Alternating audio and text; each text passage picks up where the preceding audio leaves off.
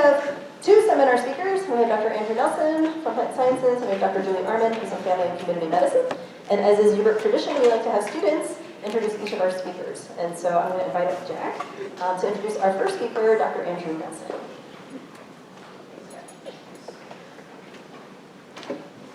Dr. Nelson is a postdoc here at the U of A in the Plant Sciences Department. He earned his bachelor's degree in biology at Southwest Oklahoma State and his PhD in biophysics and biochemistry at Texas A&M.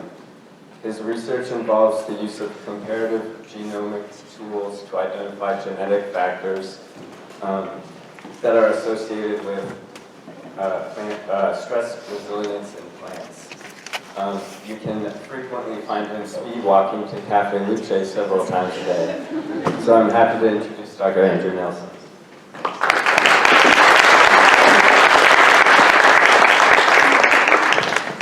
Thanks, Jack. Can everybody hear me?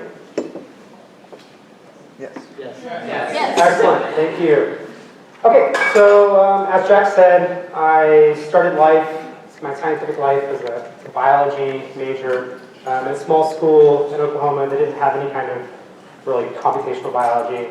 And then I proceeded to do my PhD in a biochemistry and biophysics department where I really focused on RNA biology, only kind of using computers occasionally to do some of the comparisons that I needed to do. And I didn't really realize the tools and the techniques that were out there. And so today I'm going to do a really, probably go too long, but a really brief kind of introduction to computational biology, bioinformatics, and then comparative genomics, and what comparative genomics can do for you in your quest for stress resilience in plants, or maybe disease factors in humans.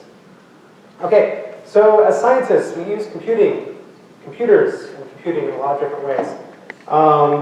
You probably use a computer to write papers, term papers, documents for lab or for class. You probably use your email quite a bit. I certainly do. Spend most of my day talking back and forth with colleagues. We also use the internet for various work-related activities. Some of you may use Excel or other Microsoft or Mac-based tools to analyze data. Excel, obviously.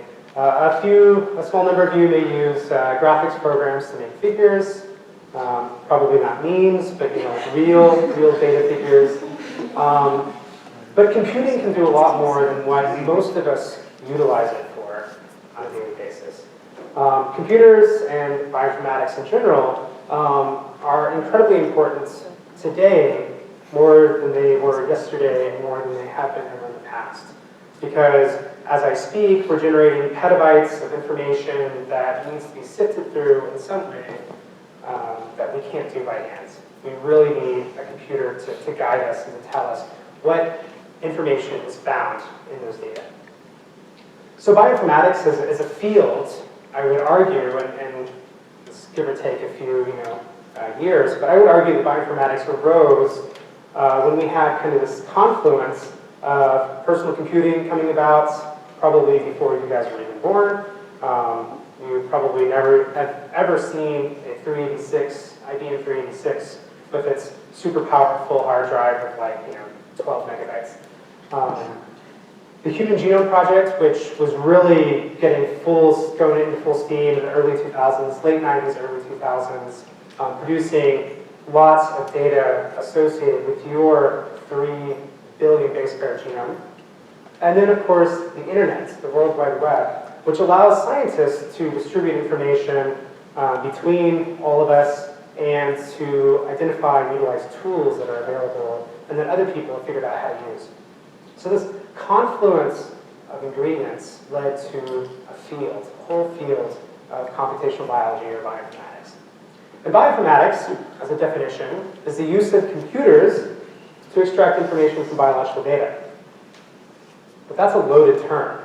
What are data? So Jack, I'm going to pick on Jack since he introduced me. What would you define data to be? Numbers and statistics. Numbers and statistics. I'm surprised you didn't say a PCR job.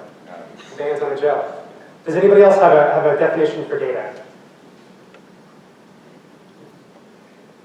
What would you consider data to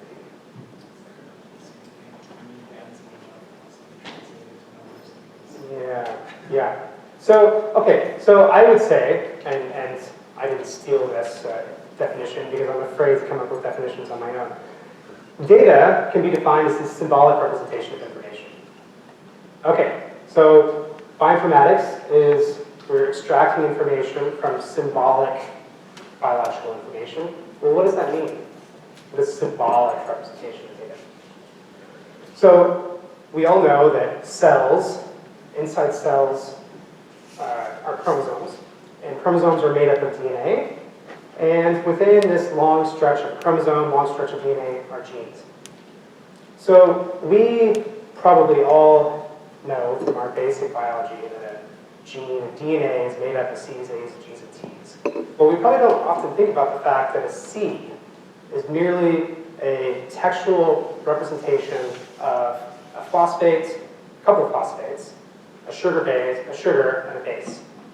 So we are using textual representation to take that 3D structure of a base and put it into something the computer can read. Okay, so interesting things happen when we convert DNA into A's, G's, C's, and T's. We now have a linear sequence of something that we can interpret, and we can compare, and we can extract information. We can do this with ones and zeros. We can do this with A's, G's, C's, and T's.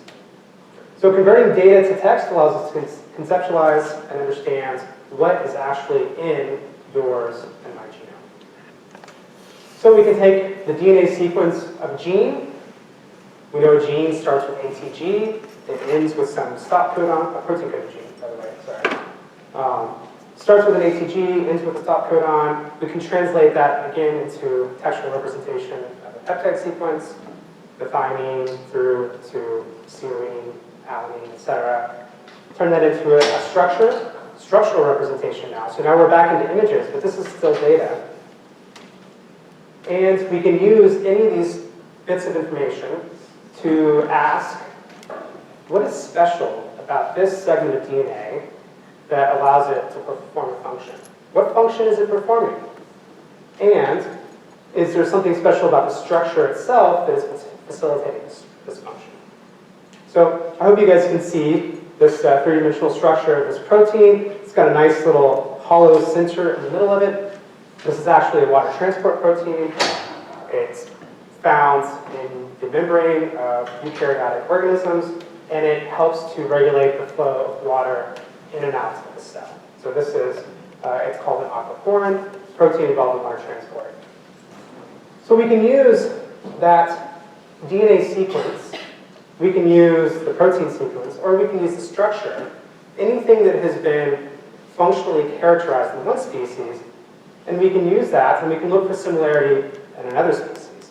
So we can go from Sasquatch to little fire ant, and without actually doing the tedious biological work of cloning, expressing the protein, doing enzymatic assays on the protein, we can say, well, this sequence is the same as that sequence.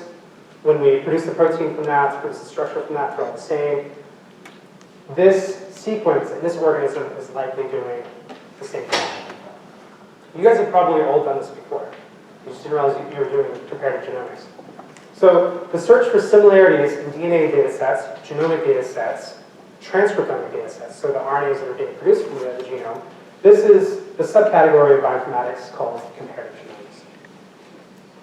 So comparative genomics is comparing features of the genomes of different organisms. This can be at kind of different timescales, so evolutionary distance. We can be comparing plants to animals, or we can be comparing the same organism. We can be looking for disease markers. We can be comparing human to human. And these comparisons can be at the macro level, kind of the whole genome level, the chromosome level, or at the micro level, the nucleotide level. And what these kind of comparisons allow us to do is to get a sense of the gene space that's present in each organism and what overlaps between each of those organisms, so that we can find some core set of eukaryotic genes. And we can also find the genes that are specific to each organism.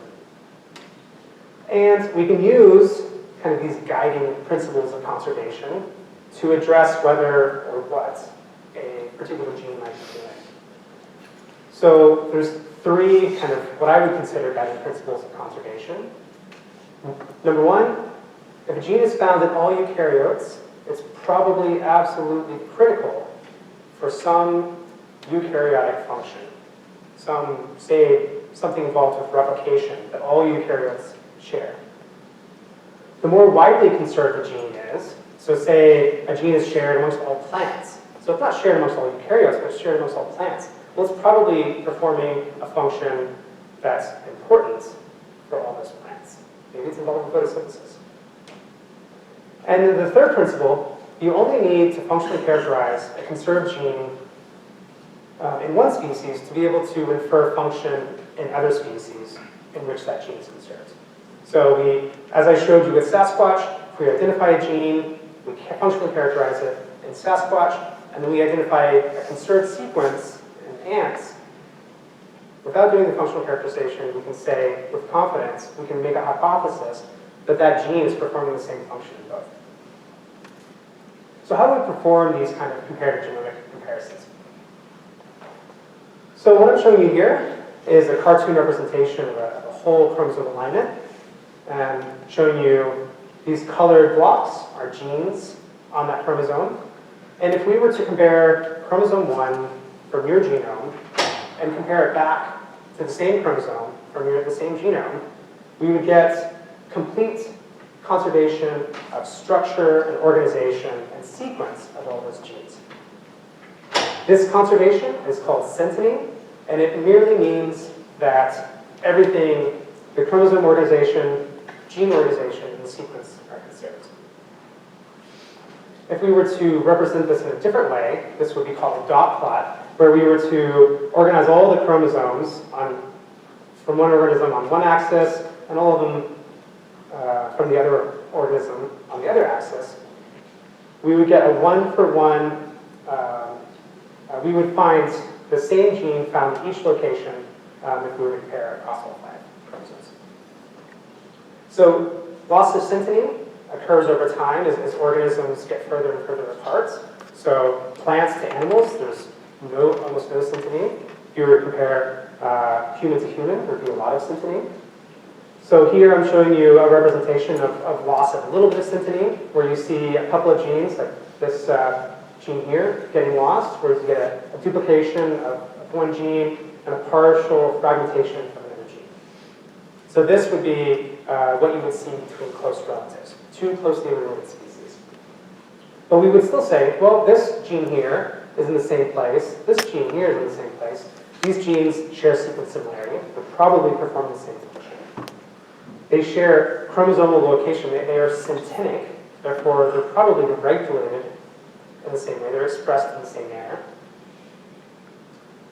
And here we see a duplication of something, which means that potentially we now have 2 genes that are maybe performing the same function, maybe performing different functions, but they have the same historic backgrounds. So the space, the functional space for them is the same. They're probably performing a similar function. Okay, so this kind of slight loss of syntheny is represented by gaps in the dot plot here. And if we were to look at 2 even more distantly related species, we'd see even more gaps in this whole genome alignment, and even fewer genes that were conserved in those spaces. Okay, so you're like, okay, that's fine. What does it all mean? Well, how would we use this? What would we use it for? So let's say you have organism A and organism B. You guys have probably played Super Mario Brothers enough. You know that a red mushroom is bigger, and a green mushroom gives you an extra life. Well, maybe you want to know what are the causal mutations or what are different between these 2 species. They're both mushrooms. In fact, I would argue from this dot plot that they're very closely related to mushrooms. What we see here, that there's been some kind of genome rearrangement, an inversion event, so that these this chromosome 4 is no longer organized in the same way. And what does this mean if we were to look at the gene organization? So here's the green mushroom. We see genes oriented this way. But here now we have the red mushroom, genes are oriented in a different way. And if we were to track, look at sequence similarity, you would see that this gene goes there, so on, so on, so on, so on. So this is a partial genome rearrangement or inversion event. And in this scenario, what I'm showing you here is that it was actually a fairly clean break in the sense that no genes were damaged in the making of this red or green mushroom. But this doesn't usually happen in such a way. Normally it happens so that genes or the regulatory elements that are facilitating the proper expression or function of that gene get disrupted. So I'm trying to demonstrate that here. So here's the green mushroom, and you see that there's been an inversion so that now this purple bit is right here, but now it's adjacent and up next to this light purple. So now you have a gene fusion. Maybe it's functional, maybe it's not. And then over here you have a partial rearrangement of this gene. So now if you were to go in and on a more serious level, if you were to look at several of the hereditary diseases that we see associated with these types of rearrangement events, you would look at this gene and you would look at that gene as your causal mutants for whatever disease you're looking at. So these are the types of things that we would look at a whole genome level if we were trying to figure out how genomes have changed over time or how they've changed between two organisms of the same species, between a parent and their offspring. We can also perform a comparative genomic analysis at the micro level, so again at the nucleotide level. So going back to our whole chromosome alignments, we see that everything is the same. Everything is organized in the same way, everything's syntenic, we have high sequence similarity, but we still know that one individual has some kind of disease state. Well, how would we go through and figure out what mutation was associated with that disease? We would take a closer look and we'd look at the nucleotides. And here I'm just zooming in on one specific gene. And this is what, at a very fine scale resolution, this is what a whole genome alignment looks like. You actually have single base maps are aligned with single base. And wherever there's a bar, that means that the same nucleotide is present. And so in the example I'm showing you here, there's several gaps, there's several bases that are not the same between these two sequences. And for this cartoon, if we look at the amino acids that get produced, because this is a protein coding gene, there are 12 of the 15 amino acids that this segment is producing are exactly the same. 3 of the 15 sites are not identical, and 2 of the sites have changed to amino acids with similar properties. We don't care about them. But one in particular has changed from an aspartic acid to an alanine. Those of you who know anything about your amino acids from MCV will know that an aspartic acid is charged, negatively charged, alanine is not charged. So in this case, if I were to say, this is the disease state here, this is the mutant, this is the mutation that is probably associated with the disease. So then we would go and we would do some kind of therapeutics to try and figure out how to solve or how to revert this back to aspartic acid. Okay, so why do I go to all this trouble? I'll give you an example because I work in plants. And as I said, I'm probably going to go long. I'm kidding, I'm almost done. Okay, so I am interested in identifying how to help plants grow in environments to which they are not particularly well suited. We call this resilience or tolerance, stress resilience or stress tolerance. So if you were to go outside, you and your friend were to go outside, it's the hot Arizona sun, and you'd be like, oh man, I love this weather. And your friend was going to be like sweating, and you'd be like, oh man, this is the worst. Well, you are probably tolerant to the heat, whereas your friend is maybe a little less tolerant. But maybe they're more tolerant for a different environment.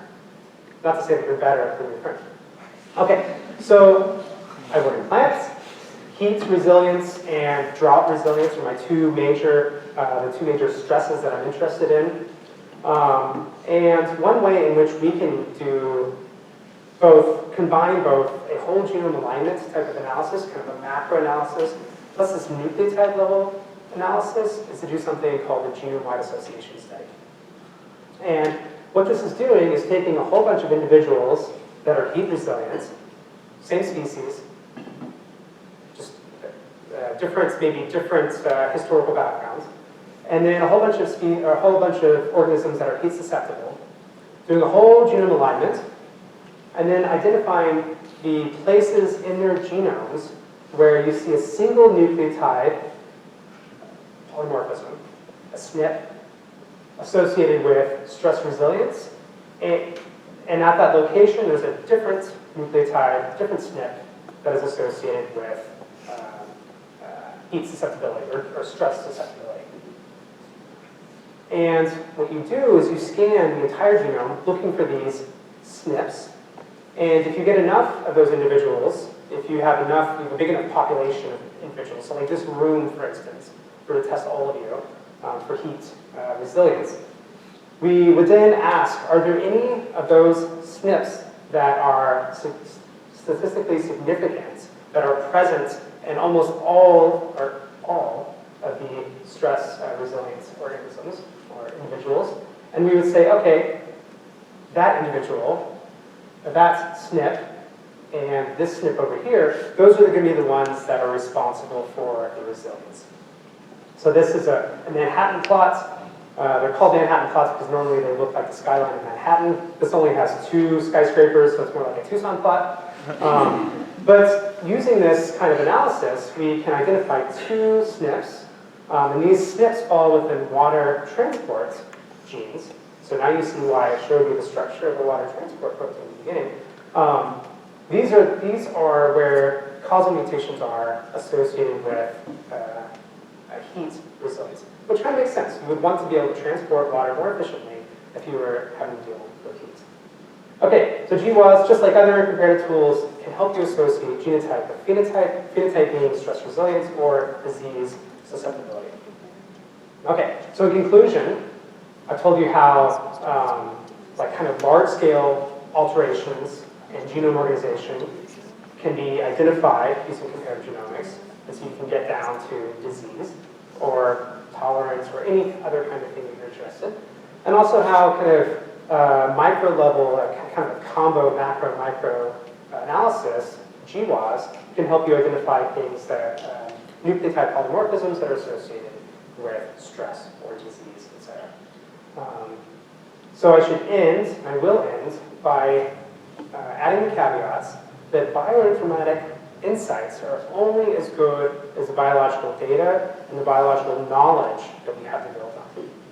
So if we don't understand the function of a gene in the first place, it doesn't matter how many species we see that gene, we find that gene.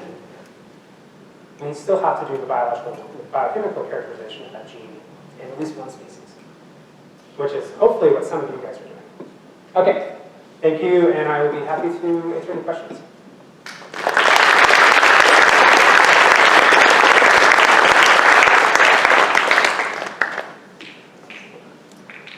Has there ever been a case where there's a highly conserved gene across 2 different organisms, and they have a different function?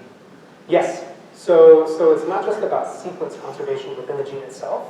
It's also conservation outside of that gene. So a gene could perform the same function, but it could be expressed in a completely different location.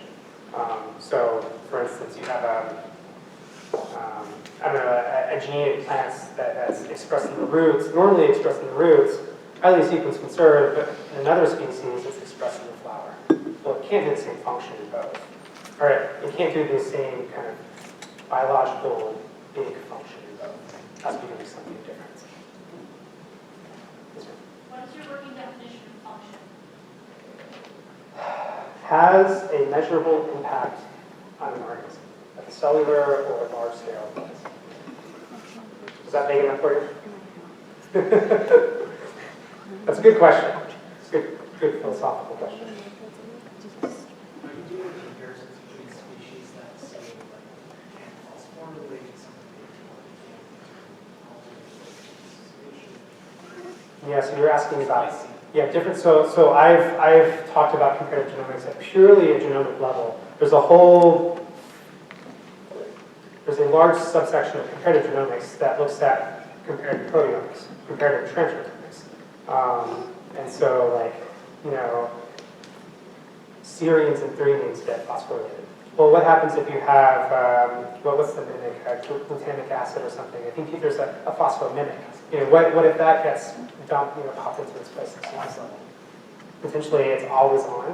So there are certain hypotheses that you can still make from the DNA, the RNA, or the protein level in a comparative sense. So. Do you find that the more alleles the gene has, the less accurate your bioinformatics modeling is, or are there ways to kind of counterstep that? It's actually, so it's the prevalence of those different alleles. Sorry, where were you? Oh, sorry. I looked up and then I forgot who I was looking at. So it's the prevalence of those different alleles across the population that all share the same outward phenotype. And so it's actually good. You actually hope, and from the Manhattan plots, you know, you see that there's usually like a clumping, a clustering of alleles in a specific region. Usually, when you see, this was, so this is actually the 5 chromosomes of Arabidopsis.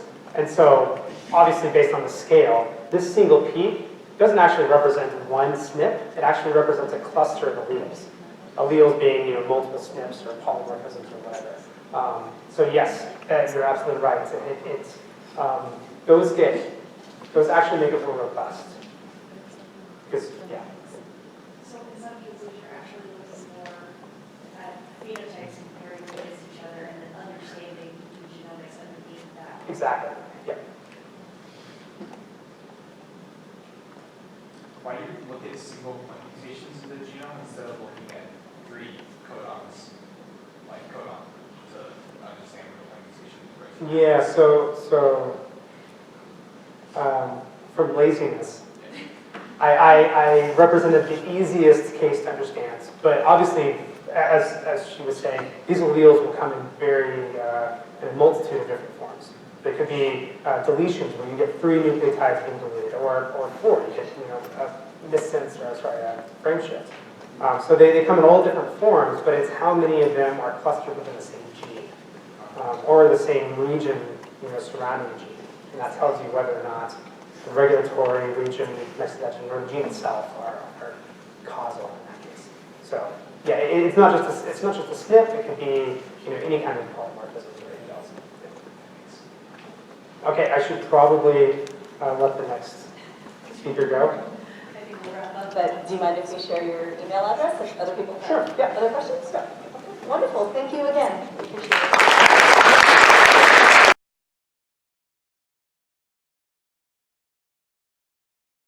Hi everyone, so it's my pleasure today to introduce you to our second speaker of the day, Dr. Julie Armin. She received her master's in anthropology in San Francisco State University, and then in 2015 she received her PhD from right here at the U of A in anthropology, and is currently an assistant professor in both health promotion sciences and family and community medicine. She has recently published many papers and 2 chapters in the textbook, Negotiating Structural Vulnerability in Cancer Control. Her research as a social scientist and medical anthropologist focuses on improving healthcare and reducing health disparities for underserved populations based on race, gender, and social class. Dr. Armin's projects broadly cover disparities in cancer prevention and treatment, in addition to the effects of government policies on cancer care accessibility. Please join me in welcoming Dr. Armin.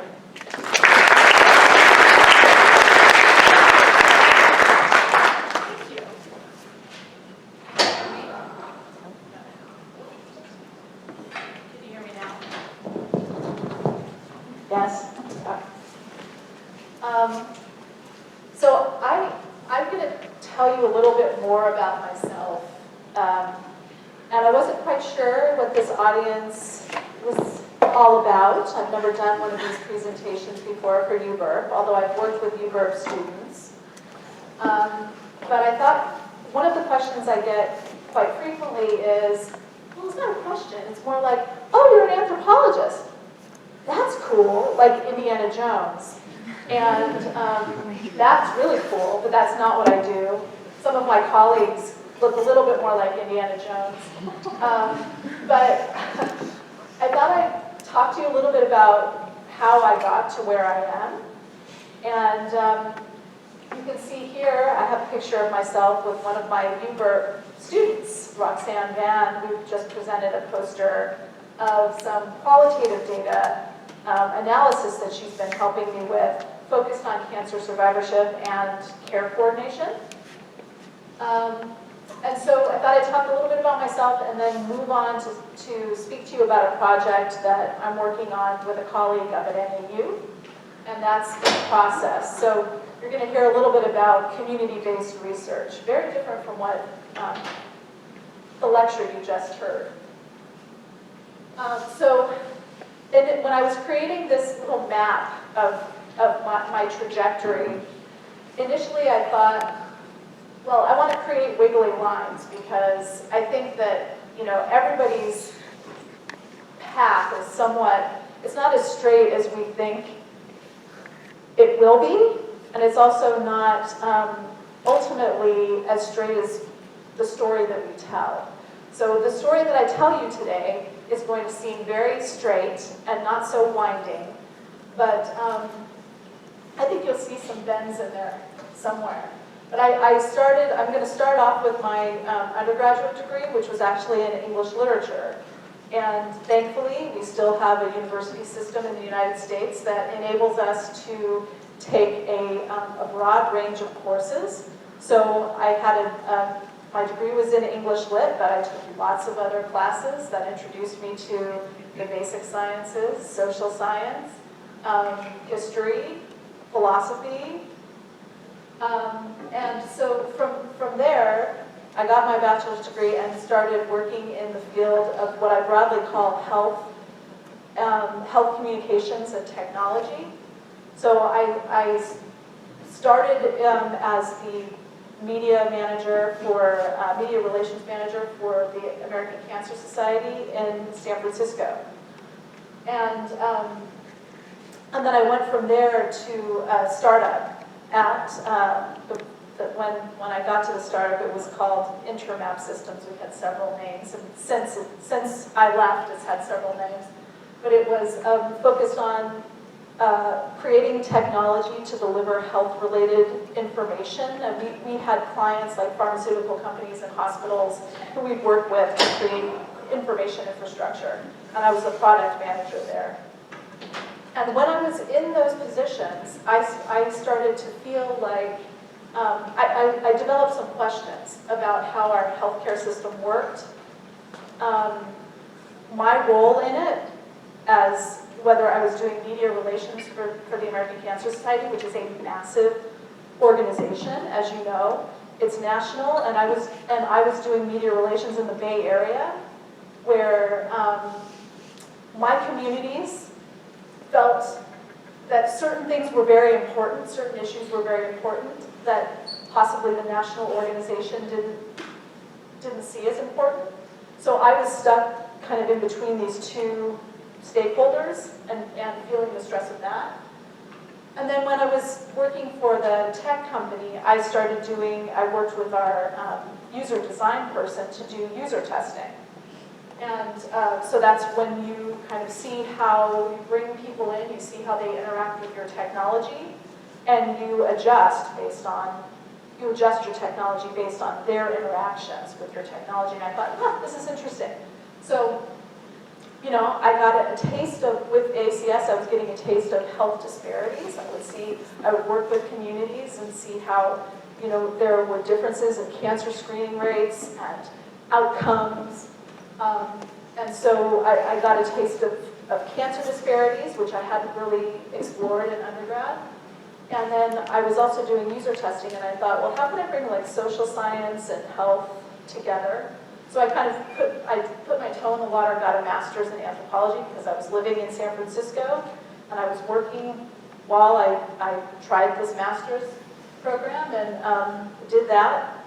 And so then I thought, when I was drawing this diagram, I thought, well, I should just make a very straight line from my master's to my PhD. Because once I made that decision, it was like, okay, I'm going there.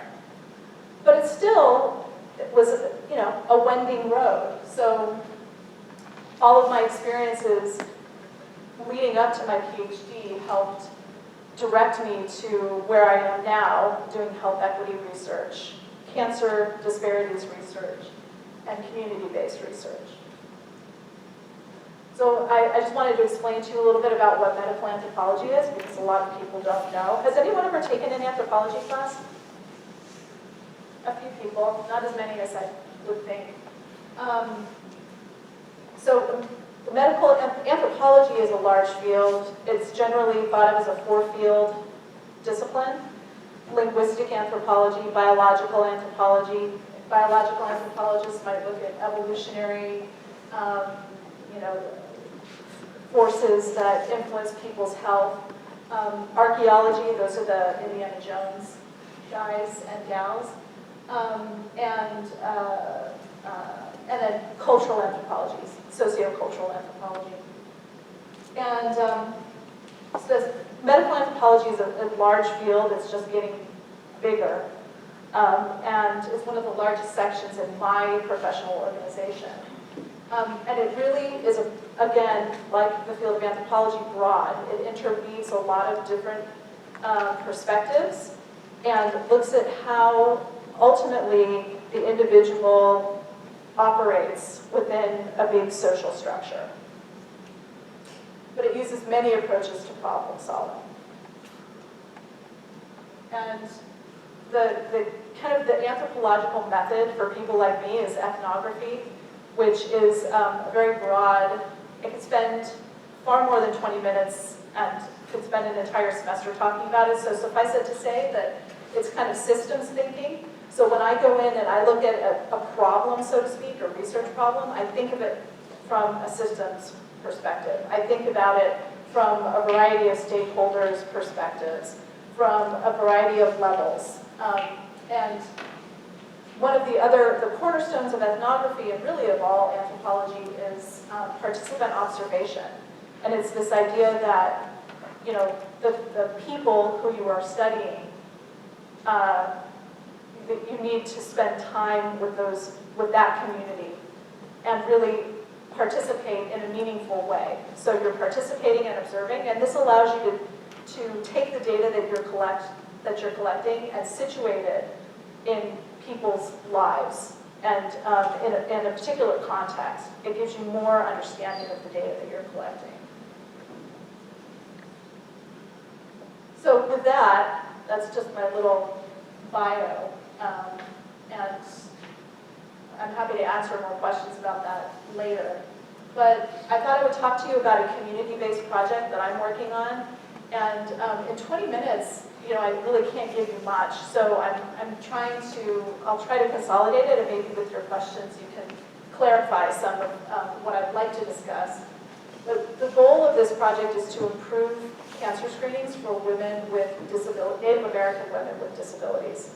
And we started off, my colleague Heather Williamson and I started this project.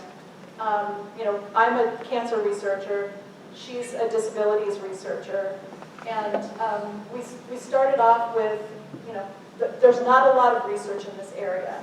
People with disabilities have been historically marginalized in many ways, particularly people with intellectual and developmental disabilities, which is the group that we're particularly interested in. So intellectual disabilities refer to oftentimes diagnoses like Down syndrome, and developmental disabilities may be diagnoses like autism. But you won't hear me referring to diagnoses during this talk, and I would love to talk to you about why, but I don't have time for that. So I'm happy to answer questions by email if this is something you're interested in. So we started with this question: how do we increase cancer screenings for Native American women with disabilities? We can see here, you can see that there are disparities. The Native American women nationally are that's the orange line up there, and they receive screenings less often than white women. And then you see on the right here that women who report disability, having a disability, in the blue, actually receive mammograms and pap smears, those are cervical cancer screenings, less often as well. So, what do we do? How do we address this? So we took the approach of community engagement. And this is our inclination as researchers, but it's also a necessity because here in Arizona, there are 22 sovereign tribes. They are sovereign governments, and that means that they have a relationship with the United States, that they have their own government, and there's also a troubled history with the university exploiting those relationships with Native people.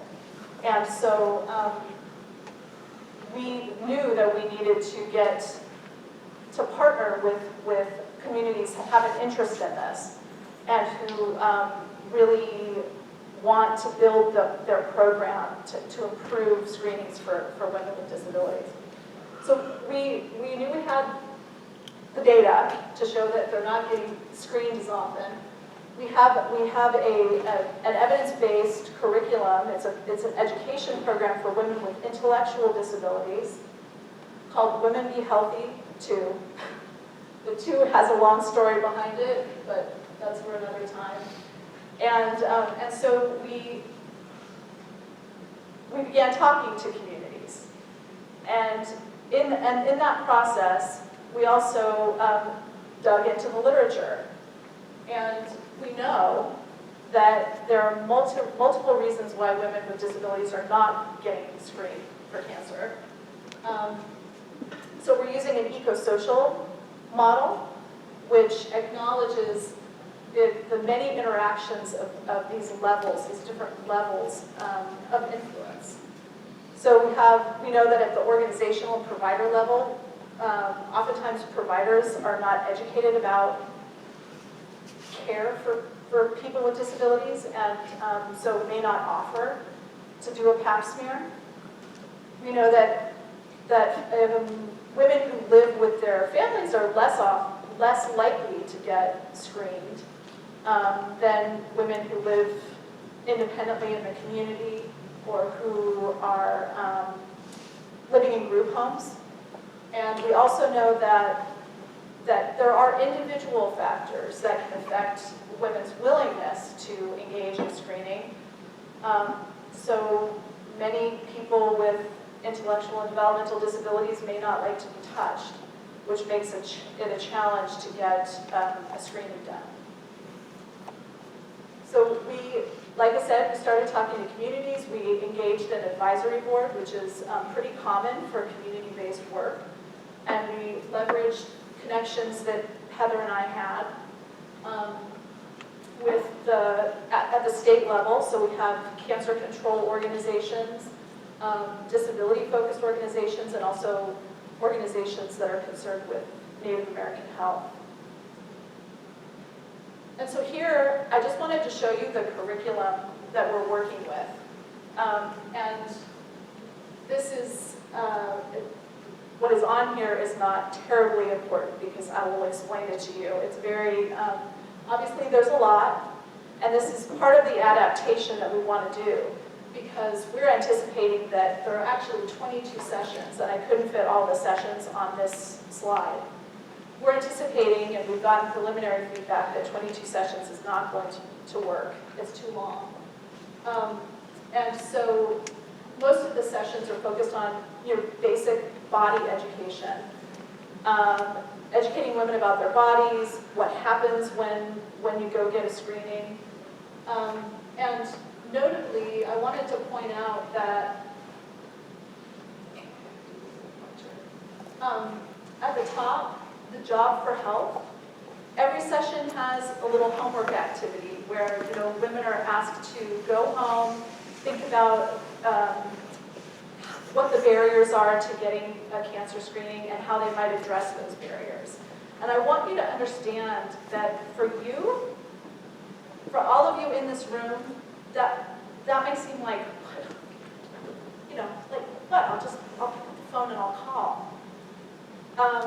But for many of these women who have not been empowered to be responsible for their own health and be knowledgeable about their own health, that this is a major hurdle.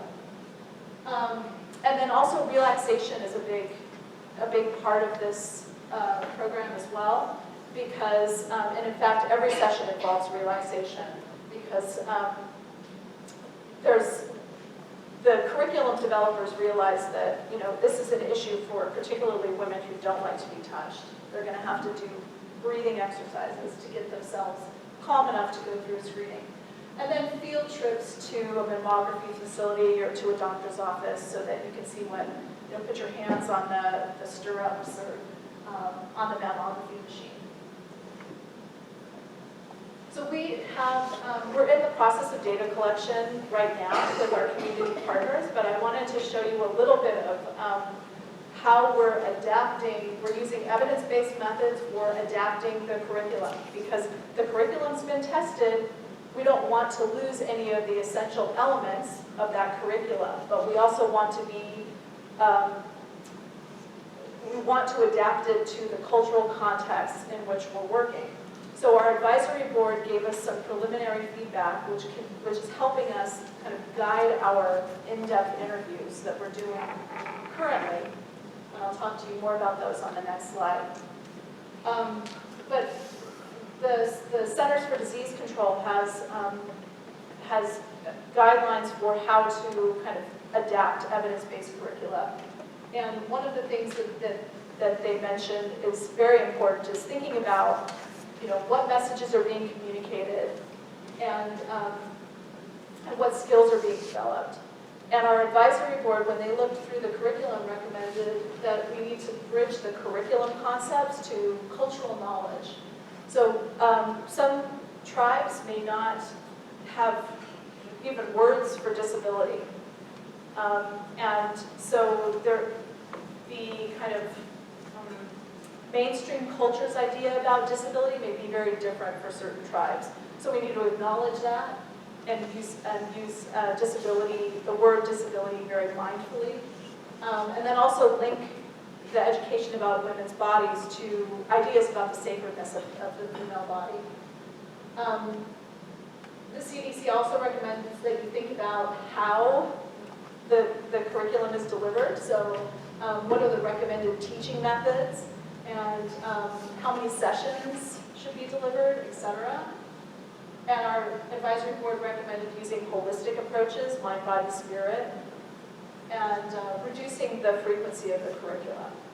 Because if we're doing this for a lot of complicated reasons, the people who developed this initially found it feasible to do 22 sessions. And I'm happy to answer a question about that, but it takes a little bit of explanation. But in our context, it's not going to work. So, and then also the CDC really recommends you think about who is going to be delivering the intervention and what kind of skills and experiences do they need. And our advisory board recommended that we partner with spiritual leaders to deliver the curriculum, incorporate practices into the curriculum, and ceremonies. And then also they recommended that we involve caregivers in the sessions as well. And this is important. This is something that actually Heather and I had considered prior to talking to our advisory board about the curriculum, because people with disabilities frequently have both paid and family caregivers support, and they play a very big role in their lives, including getting them to appointments for screenings. So we're in the process of really assessing the barriers of facilitators with our partners, the barriers of facilitators to cancer screening with our partners. Our partners are Hopi Cancer Support Services. Hopi has a large, long-term cancer screening program for women living on Hopi lands. And we have an urban partner, so that's our rural partner. We have an urban partner, and that's Pima Community College. They have a big disability program and a fairly large Native American student population, and also an infrastructure for delivering the curriculum. So currently we're conducting interviews with stakeholders, Native American women with disabilities, their caregivers, healthcare providers and service providers, and also leaders in our partnering communities. So the goal of the qualitative data that we're collecting now will be to adapt the curriculum so that it's feasible. And I think that's it. Do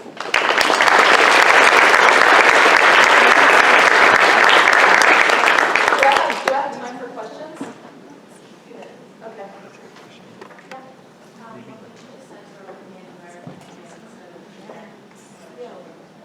Yeah. So well, for one thing, children are not a couple of things. Children don't get cancer screenings typically, but more I think significantly is that there's a lot of research in the disability field focused on children. And part of that is out of education and early detection of developmental delays and addressing those developmental delays.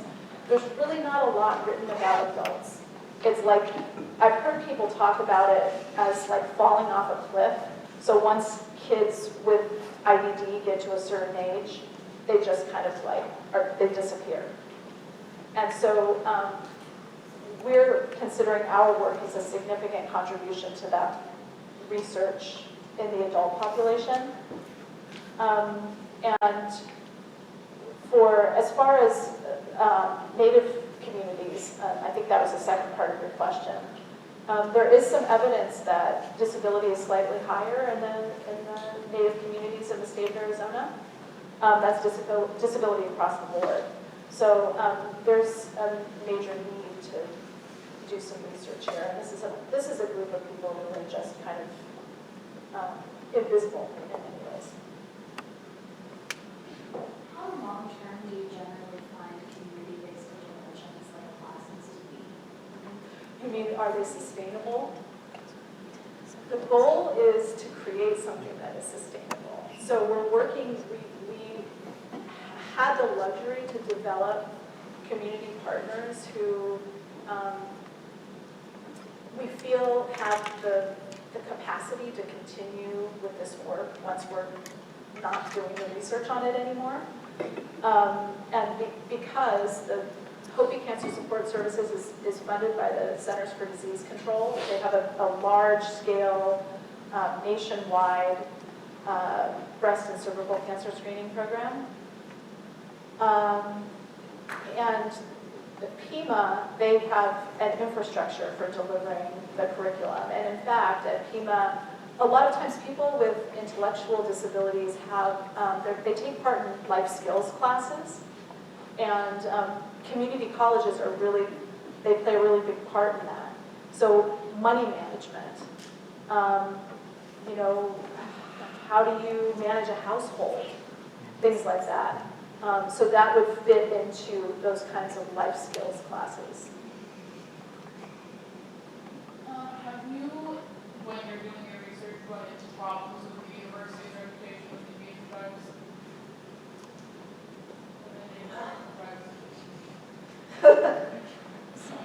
I think that no one has, I think it frames the entire conversation. And I think what is beneficial is we spent a lot of time talking to researchers who we know at the U of A and NAU who currently work with tribal partners. And that was really helpful because once tribal partners have a successful collaboration with an academic partner, I think they're more likely to engage in that work later. So Hopi Cancer Support Services has, and the Hopi tribe in general, has done a lot of work with both the U of A and with NAU. So I think that there's a path there that kind of smoothed the way for us. But I mean, it's a good question. It definitely frames the conversation. Any other questions?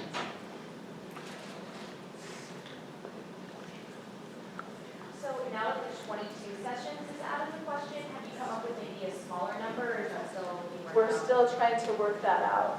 And I'll explain why the 22 sessions were done in the first place. So frequently, people with intellectual disabilities go to day programs. And that's being phased out, along with the institutionalization of people with IBD.